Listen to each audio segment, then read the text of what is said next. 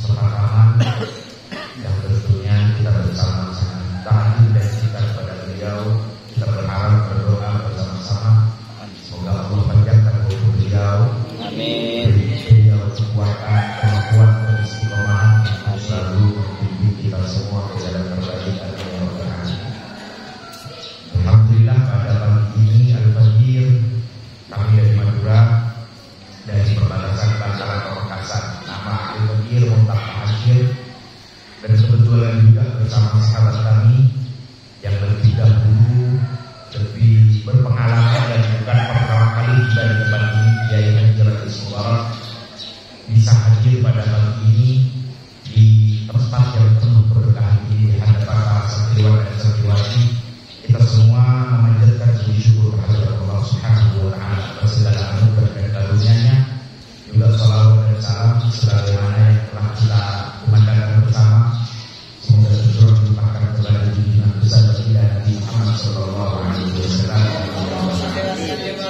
Menjelang waktu sebelum Kiai Mubarak memberi tausiah di hadapan kita semua, seperti hanya ingin mengingatkan diri sendiri dan juga kawan-kawan murid santriwan-santriwati tentang akhlak-akhlak pokok yang harus dijaga oleh para penuntut ilmu, yang tampaknya tidak layak seorang murid disebut murid.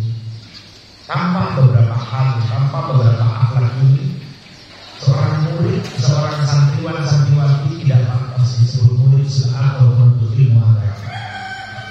Karena ini adalah akhlak-akhlak utama dari baginda Nabi Muhammad SAW yang diwariskan secara turun-temurun, generasi demi generasi, dari kalangan para ulama dan ulama sampai tiba di tangan kita semua. Yang pertama, akhlak yang wajib dimiliki oleh penuntut ilmu agama, khalid daripada ilmunya kanjeng Nabi Muhammad SAW adalah akhlak sabar. Tidak sepantasnya penuntut ilmu agama memiliki karakter watak emosian, temperamental. Tidak semestinya. Al-Quran saja sudah menjelaskan ciri khas daripada hamba-hamba pilihan Allah yang mengemban amanah Rasulullah berupa ilmu agama ini. Kata Allah Subhanahu wa taala, wa ibadur rahman yamshuna 'alal ardi hauna wa idza khatabahumul jahiluna qalu salama. Ciri-ciri dari hamba-hamba pilihan Allah penerus baginda Nabi Muhammad SAW adalah mereka yang ketika berjalan di muka bumi, mereka berjalan dengan santai, dengan tenang, dan manakala mereka diejek, diganggu oleh orang-orang bodoh, jawaban mereka hanya satu: salam damai. Di dalam ceramah Nabi Muhammad SAW itu dijelaskan oleh para ulama, "In'udhi ya'fu wa lam yu'aqib, wa in'usima yasqut wa lam yudawid." Sifat Nabi Muhammad SAW itu ketika disakiti, beliau selalu memilih memaafkan dan tidak meninggalkan. Dan ketika diganggu, beliau memilih diam dan tidak merespon. Ini pangkalnya adalah sifat sabar.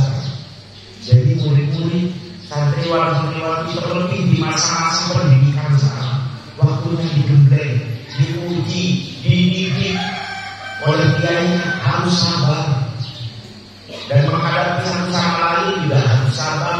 Tidak sepantasnya murid santriwan-santriwati di masa belajar ilmu agama, di tempat pendidikan ilmu agama, tangkar sama temannya, berantem sama temannya. Itu bukan karakter sampean, itu karakternya preman, Pak.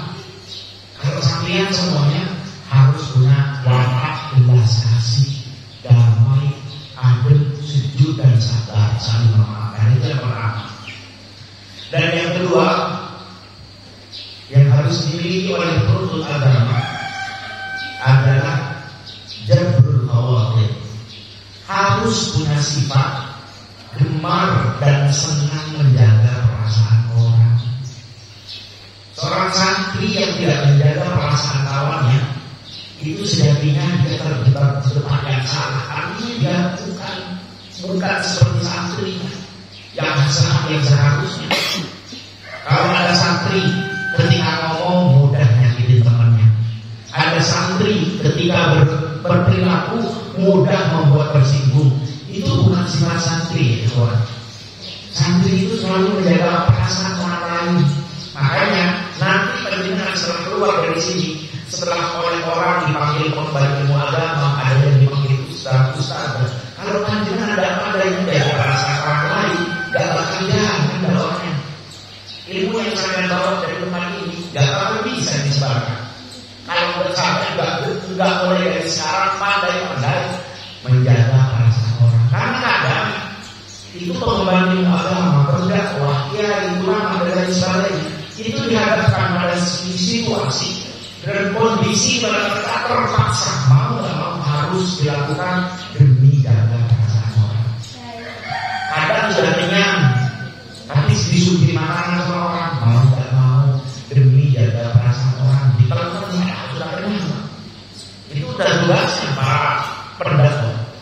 Makanya di dalam hadis dinyatakan ma'udillah bisyai'in a'zam min jabril khawatir. Gak ada ibadah yang lebih agung daripada menjaga perasaan orang. Karena kasru qalbil mu'min itu dalam sebagian riwayat asyad min hadmil ka'bah, melukai hati sesama muslim itu mungkin bagi kita terlihat biasa, tapi di sisi Allah dosanya lebih besar daripada merokokkan Ka'bah. Kenapa? Karena hati ini oleh ulama sufi disebutkan arsyur rahman. Hati itu adalah singgasana mahabbahnya Tuhan. Allah menilai kita itu dari hatinya. Kalau kita melukai, mengganggu, menyakiti hati orang, berarti kita sama dengan mengganggu tempat pandangan rahmatnya Allah Subhanahu wa Ta'ala. Makanya disebutkan dalam surah Nisa, Imam Syekh Abdul Qadir bin Ahmad As-Segaf, salah satu ulama besar di kita. Bahkan para ulama yang lain seperti Syekh Muhammad Al-Maliki juga mengambil ilmu dari beliau. Suatu ketika Syekh Abdul Qadir ini ulama sepuh main ke rumah sakitnya. Bayangkan di Bali Kiai Mustafa Rahman datang ke rumah alumninya. Panjenengan pasti saking senangnya pasti menyuguhkan makanan, pasti memberikan jamuan dan lain sebagainya. Dilakukan itu oleh pemimpin tersebut, oleh penjilat tersebut kepada Syekh Abdul Qadir. Saat beliau hendak pulang, diantar oleh murid, diantar ke mobilnya. Nyampe mobil, si Syekh Abdul Qadir masuk, ditutupkan pintunya. Habis menutup itu masih ngobrol. Jangan kapok ya Syekh, nanti kapan-kapan kalau ada kesempatan lagi mampir lagi kemari. Ya, maaf, saya akan mampir lagi kemari. Berangkatlah lagi mobil. 1 kilo berangkat, 1 kilo jarak dari tempat tersebut. Syekh Abdul Qadir bilang kepada supirnya, tolong hentikan sebentar. Ada apa wahai Syekh? Ini dari saya terjepit di pintu. Loh, kalau jadinya terjepit di pintu dari tadi, kenapa tidak kita? Kenapa tidak terlihat ya Syekh? Saya khawatir kalau saya tadi terlihat, itu santri saya melihat tangan saya terluka, pasti dia tidak bisa tidur sama. Merasa bersalah, saya tidak ingin bikin hatinya tidak tenang. Jadi saya tahan rasa sakit tersebut, biar saya pulang dia dengan perasaan bangga, senang sudah menjamu gurunya. Ini adalah bentuk karakter dan sifat dari Muhammad Sallallahu Alaihi Wasallam. Harus belajar kita pahami kawan. Dan yang tak kalah pentingnya lagi, saya tidak panjang-panjang, yang harus dimiliki oleh penuntut ilmu, terlebih di masa pendidikan, harus mulai dari sekarang. Apa itu? Takwiyatus silah bainan murid wal syekh. Harus panjenengan perkuat hubungan batin dengan gurunya. Jangan hanya hubungan batin saja. Hubungan batin penting, tapi hubungan batin juga tak kalah penting. Hubungan batin itu seperti apa? Ya ikhwan, akhwat. Hubungan batin itu kayak panjenengan balikan sendalnya Kiai Mustafa. Panjenengan misalnya bantu Kiai Mustafa bersihkan halaman. Kiai Mustafa mau keluar sampai lihat akan berdiri. Itu namanya memperkuat ikatan zahir. Ada santri yang bertugas apa, disuruh apa oleh beliau. Ada santri yang mungkin bagian bantu keluarga beliau, nyucikan baju keluarga beliau dan lain sebagainya, masak di dapur untuk beliau. Ini namanya memperkuat hubungan zahir, penting. Karena itu adalah hikmah. Man khadam budi, orang yang berkhidmat kepada gurunya pasti kelak akan dihikmati oleh orang lain. Tapi yang paling penting, yang lebih penting dari hubungan zahir atau memperkuat ikatan zahir, yaitu memperkuat ikatan batin. Apa caranya? Cara-cara memperkuat ikatan batin antara murid dengan gurunya. Ini panjenengan tiap hari 24 jam bersama satu halaman dengan Kiai Mustafa Kamal sebagai guru panjenengan. Apa cara memperkuat ikatan batin? Yang pertama, husnudzon. Jangan sampai punya perasaan gak enak pada gurunya. Perasaan yang gak benar sedikit saja panjenengan melakukan, berarti panjenengan telah melakukan kecocokan kepada Allah Subhanahu wa Ta'ala. Melakukan tidak sopan kepada Allah. Kenapa? Karena beliau menyampaikan ilmu Allah kepada para panjenengan saya. Panjenengan kalau bisa husnudzon kepada guru, insya Allah panjenengan yang akan sendiri merasakan barokahnya. Maka pernah itu dulu ada kejadian ya Tuhan. Ada santri, ada ulama, kiai punya santri 39 ini semuanya sangat kajian. Yang tadi ikatan zahir kan kuat, yang 39. Yang santri yang satu yang 40 ini dia diem, kalau ngaji dia kadang nggak punya kitab, tapi dia itu hatinya bersih. Yang 39 ini cuma semangat ambil ilmunya saja. Pada suatu ketika ada ujian dari Allah Subhanahu wa Ta'ala. Kiai ulama itu udah maksud ya Allah, bisa berbuat salah, tapi tugas murid tetap berbaik saja. Bukan memaksudkan, tapi memprasangkakan kebaikan, menjadikan takmilan sebagaimana demi untuk bersyukur. Suatu ketika gurunya ini datang dengan gadis muda. Ini 39 santri yang lain mulia. Sudah banyak mendapat ilmu, tiba-tiba hatinya semua, ya ampun, enak sekali kiai kita ini dalam hati. Padahal guru kita kok malah main perempuan. Ini gimana? Kecewa semua. Tapi satu santri yang tadi, dia hatinya, Masya Allah, mungkin kiai punya istri muda ini baru. Yang lain yang 39 sibuk berprasangka. Yang satu ini para hadirin bersihkan kamar mandi, ngisi air ke kamar mandi dengan niatan barangkali nanti kiai dan istri barunya mau mandi besar, mau halus, saya mau persiapkan sebagai rumah. Selepas itu ilmu dari santri yang 39 itu dicabut oleh Allah Subhanahu wa Ta'ala, dipindahkan ke hati satu murid yang ke-40. Kenapa? Karena dia hatinya terjaga. Apalagi kalau sampean yang kedua setelah panjenengan memperbaiki prasangka, juga rajin-rajin mendoakan gurunya. Yang mendoakan gurunya, doakan selalu gurunya yang bersolat semoga dipanjangkan umurnya, disehatkan, diberkahi keluarganya. Kalau sudah seperti itu, maka insya Allah panjenengan kapanpun keluar dari pondok ikhwan, panjenengan akan jadi orang yang benar, akan jadi orang manfaat. Tapi sebaliknya, mau panjenengan di sini 15 tahun, kalau hatinya tidak dijaga, tidak pernah doakan gurunya, pulang-pulang, maaf, waliyahillah, jangan-jangan panjenengan dikira bukan santri sama orang. Kenapa? Berkahnya dijatuh oleh Allah Subhanahu wa Ta'ala. Itu pernah hadir. Ini sebagai pembuka saja, sebentar lagi dia mubarak. Laku deh, laku deh. Mangan mangken deh, mangan mangken dia berdarah.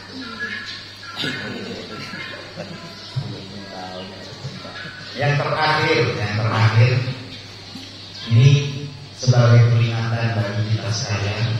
Panjenengan jangan ragu untuk berbagi sangka dan mendoakan guru. Karena perlu sampai tahu, aku ikhwan, kasih sayang guru kesampaian itu ya ikhwan luar biasa. biasa. Panjenengan saja mengira orang asing. Padahal guru ini kan saya yang sampai sama seperti orang tua. Panjenengan mungkin merasa ketika dimarahi, bukan ini digawe, mungkin jadi hatinya. Bukan ini kok digawe. Padahal dia sebetulnya kesampaian saya yang bandel, saya karena bandel, melakukan dari macam-macam,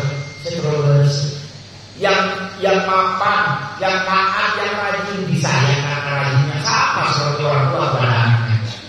Anak itu seperti apapun tetap di saya sama orang tua. Gak ada ceritanya guru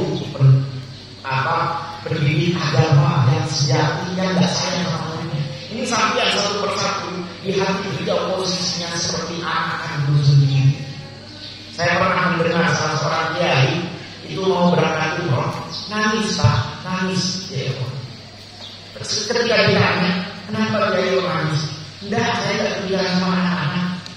Saya tidak pikiran saya sendiri. Saya tidak pegang jadi murid itu. Mereka sudah berpisah sama orang tuanya, mau saya tinggalin umroh. Itu kasih sayang guru. Dan panjenengan perlu sadar, nanti setelah keluar dari tempat ini, sudah boyong dari pondok ini, kemanapun sampai sejauh-jauhnya tidak, doa gurunya akan selalu menyertai. Barokah gurunya akan selalu menyertai. Karena ibadah Allah dari masyarakat tergantung panjenengan. Anugerah Allah Subhanahu wa taala dan barokah dari Allah itu sesuai bagaimana hatinya sampai gurunya. Kalau sampai punya penilaian kecintaan kepada gurunya 10%, berkahnya 10%. Kalau 100%, ya 100%. Ini sebagai pemungkas seperti yang saya tadi bilang. Dahulu ya Tuhan, jangan sekarang ini. Kadang kalau cerita tentang karom, para aulia, para ulama, barokah, itu banyak orang yang tidak percaya. Kenapa? Banyak orang yang pemikirannya sudah seperti Wahabi, tidak percaya sama barokah, dikit-dikit barokah. Tapi ini diwariskan turun-temurun cerita ini oleh para ulama tasawuf. Dahulu ada Syekh Wali Aulia, seorang kasih Allah. Punya murid banyak. Satu muridnya tugasnya tiap hari menuangkan kopi untuk si guru. Ini si murid cintaan bersama guru. Masyarakatnya kuat kepada gurunya, perasaan baktinya kuat. Dia tiap hari melayani gurunya, buatkan kopi, apa hal-hal itu makanya. Setelah boyong dari pesantren, ini si murid bilang kepada gurunya di sini, Kiai, ini karena kebetulan tinggalnya di negara timur di Arab. Minta izin kepada syekhnya, wahai syekh, wahai guru, saya minta izin, saya mau merantau ke India. Dahulu para ikhwan, India ini adalah pusat perdagangan dunia. Jadi dia minta izin untuk merantau ke India. Diizinkan oleh gurunya berangkat ke India, tinggal bertahun-tahun di sana. Pada suatu saat dia berpapasan sama senyumnya gadis India. Oh, kalau udah kena senyuman gadis India ya Tuhan, dia bisa bayangkan seperti apa melihat kajol senyum itu.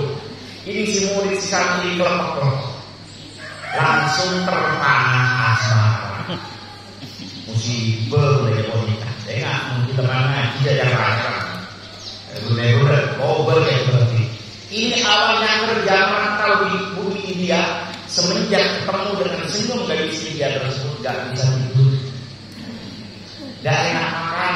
Ini kalau dibiarkan, saya ini makin kurus kalau begini. Akhirnya dicari si gadis India yang nanti bisa beri. Saya pengen kenalan. Saya kemarin melihat senyummu. Saya kemarin gak bisa tidur kepikiran dengan senyummu itu. Akhirnya terjadilah komunikasi. Dari perkenalan, pertemanan berubah menjadi percintaan. Akhirnya mengubahkan perasaan. Si mantan santri bilang kepada si gadis, wahai Adinda, apakah dibolehkan andaikan saya mengundang perasaan cinta kepada kamu? Si gadis dia bilang, sebetulnya dari awal perjumpaan saya pun mengundang perasaan yang sama. Kalau kita tidak bertemu sebelah kanan itu tidak ada kenikmatan yang lebih dari itu ya kawan. Makanya kata Rasul yang terkali dari segi mudah baik di dunia. Gak ada kebaikan yang paling indah bagi orang yang saling mencintai lebih pernikahan. Tapi harus benar nikahnya sama siapa, cintanya sama siapa. Ini orang ternyata setelah ngomong begitu kepada ceweknya, ceweknya bilang, sampean besok datang ke rumah saya, cepat lamar saya sebelum saya didahului orang lain. Nyampe besok nyamperin rumah si gadis, ternyata si gadis ini orang Hindu. Dan gak ada cinta yang benar kalau sudah bertentangan dengan cinta Allah Subhanahu wa Ta'ala. Akhirnya si bapaknya bilang, kalau kamu mau nikahi anak saya harus ikut agama Hindu. Imannya goyah gara-gara cinta yang tersesat, akhirnya ikut agama Hindu. Murtad. Nikah secara Hindu. Setelah beberapa tahun istrinya meninggal. Dan di tradisi di India tersebut pada masa itu, kalau orang luar menikahi gadis India dan gadisnya meninggal duluan, maka si laki-laki harus dibakar bersama. Oh, tak indah baca jabatannya. Muli dia tidak kualan kepada yang dimun saya kok serba ini. Tak bisa kata petua-petua di pemimpin-pemimpin adat di suku-suku tersebut. Gak boleh, kamu gak boleh pergi. Kamu harus ikut temenin istri kamu ke liang lahat untuk dibakar, ditumpukan kayu, dibakar bersama. Menolak sehabis-habisan mau lari ditangkap, akhirnya diikat pakai tampar. Ikat sama jenazah istrinya. Tarik ini masukkan. Dimasukkan ke liang lahat untuk ditumpukan kayu, kemudian mau dibakar. Setelah dimasukkan ke dalam, ditumpukan kayu, sebelum api terjatuh, ini si murid ingat. Saya dulu punya guru ya, Syekh Fulan. Itu guru saya. Teriak dia, refleks memanggil nama gurunya. Kalau misalnya sampai ya Mustafa, tolong. Seketika oleh Allah Subhanahu wa Ta'ala berkah daripada keyakinannya, murid ini tiba-tiba hilang dari dia, muncul berguling-guling di hadapan gurunya. Gurunya pegang tongkat, Syuf, ya wadah, perhatikan anak. Jangankan kamu cuma maksiat, kamu kafir pun aku ingat. Ayo, anti syahadatain, ayo bilang Islam lagi, ikut jalan Islam, jangan macam-macam. Maksudnya, nih guru, kalau udah sayang sama murid, muridnya udah benar ke guru, insya Allah pasti jalan hidupnya benar. Mau terjebak di maksiat seperti apapun, dia akan balik. Kenapa? Karena ditarik oleh berkah gurunya. Sampai kafir pun murtad pun kata gurunya, saya ingat contoh ke kaki. Maka kaki sampai murtad, ayak ke pintu ini. Lebar barokah dari persangkaan baik daripada murid tersebut. Maka insya Allah panjenengan saya dijaga oleh Allah Subhanahu wa Ta'ala. Berada di tempat pendidikan ini, insya Allah jangan buru-buru, jangan buru-buru nikah. Jangan buru-buru boyong. Kecuali kalau kiainya yang menyebut. Mau di kiai kasih dorong, ya sebenarnya emang. Kalau masih belajar, diem berdines di tempat adinto, ajar mah kesemangat. Kalau sudah lulus, baru pulang menyebarkan ilmunya jadi di tempat-tempat yang lain, menjadi umat manusia yang bermanfaat kepada orang lain. InsyaAllah mungkin itu yang bisa kami sampaikan. Warahmatullahi wabarakatuh. Wassalamualaikum warahmatullahi wabarakatuh.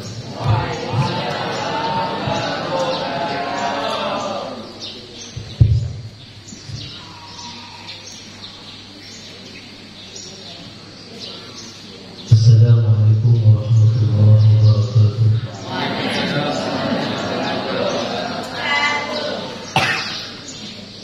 Bismillahirrahmanirrahim. Alhamdulillahirabbil alamin. Wa bihi nasta'inu 'ala umuri dunya waddin. Wassalatu wassalamu 'ala sayyidina Muhammad wa 'ala alihi wa sahbihi ajma'in. Wa la hawla wa la quwwata illa billahil 'aliyyil 'azim.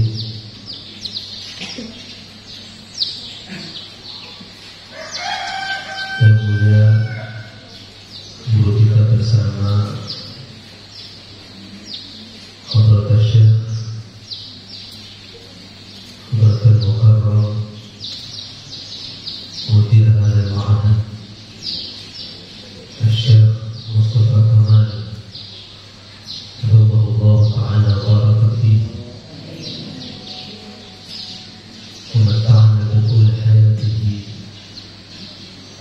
Allahumma.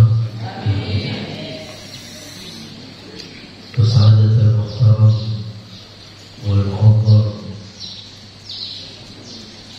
Al-Alim al-Alamah Al-Syekh Muntaqa Hashim Hafizahullah Ta'ala wa ra'ah.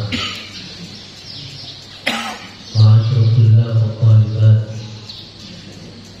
Hafizahullah Ta'ala wa ra'akum ajma'in. Kaifa halukum? Kaifa halukum?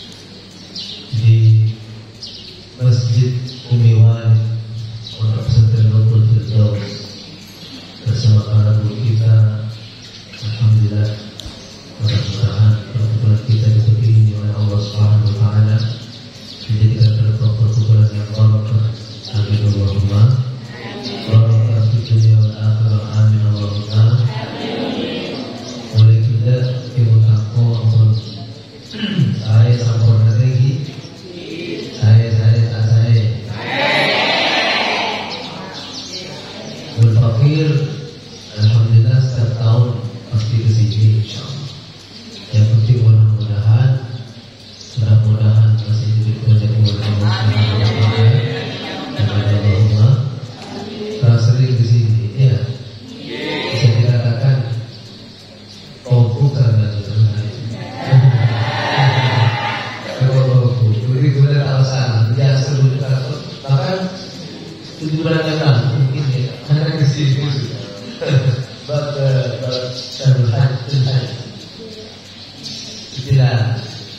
tidak usah berbulan nanti mereka payah mereka solusi ya boleh seperti mereka termasuk kalau salah senang mungkin guru sering mereka buka sama ada yang tahu sih pertama mengumpulkan guru kita bersama Kiai Mustafa Kamal bersama Allah Al-Fadhil mengurusi lancung selalu bisa khidmah bisa manfaat dan berdengar saja sudah para santri tadi itu Allahumma amin. Cuma teman-teman mungkin motif sekolah dari bahasa atau bahasa beliau Mustafa bahwasanya guru itu sampai stop dan selalu akan stop menolongin pesantren dimanapun santri itu berada. Aku tak mau santri banyak tapi menurut aku selalu ada di hati. Bahkan bukan cuma bukan cuma waktu hidup kita. Di dalam barzakh pun, dalam barzakh nanti hadapan Allah. Orang yang benar tak bisa menolong itu menolong dia sampai. Justru hati sebenarnya orang yang bisa menolong itu kalau yang bisa menolong orang dan ada 3 para anbiya, para syuhada, para ulama. Para nabi sudah alif pertama alif wassalatu wassalam. Para syuhada juga para ulama. Siapa ulama? Ya lebih ulama beliau guru kita. Pastikan guru itu pasti paling pertama menolong santri waktu ini Allah Subhanahu wa Ta'ala. Santri mungkin sekelompok saya mungkin agak oleh seperti ini berselamat. Allahumma. Ini selesai masa kita tolong kan dari kita begini. Jika santri mungkin saya mungkin ada yang bersolat ada yang semuanya kita begini. Ini apa guru dan yang syaikhina yang takut. Bahkan beliau ada cerita sampai kafir pun alhamdulillah semoga selamat. Aku dibantu itu. Bahkan bukan cuma di dunia, di akhirat ini sendiri penting. Sampai Tuhan SWT itu dia para kiai, para masyarakat itu. Ishtaq litulabi walau badal al-nujum. Subhanallah. Ayo tolong saya dimakan terus pakai kemajuan lihat. Jadi kenapa? Dia bebas sepuluh untuk apa? Iya itu kenapa? Dia kasih saya 10 boleh datang. Mungkin dia itu kan mungkin artinya kita saya tahu kita mungkin dengan dan didengar sekali. Masa dia sama dengan itu mau yang mana ya? Balik anak aku jongkok bagian kasih sayang. Nah, bahkan Nabi Muhammad al-Malik rahimahullah terkenal kayak itu di sampai sendiri Abu ya. Ini kenapa? Ketika Malik itu son dengan Syekh Abdullah Baton para Malaya sampu mereka pada makan diakui panggil kita rasa kami diakui juga dipanggil kita rasa itu anak boleh di sekarang itu bagi sambungan insyaallah dunia ada amin Allahumma ini sekarang doa yang mau dihibur itu tak tahu lagi ini ada ya betul boleh betul lah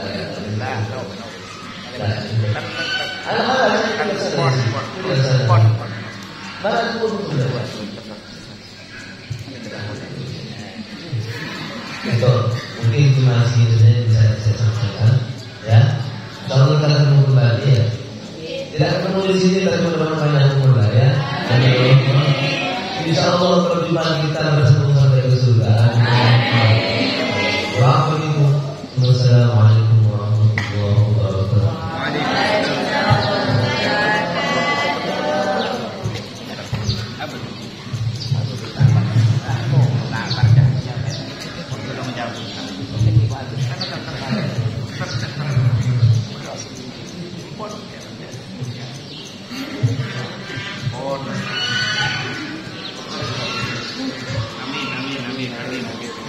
Amin.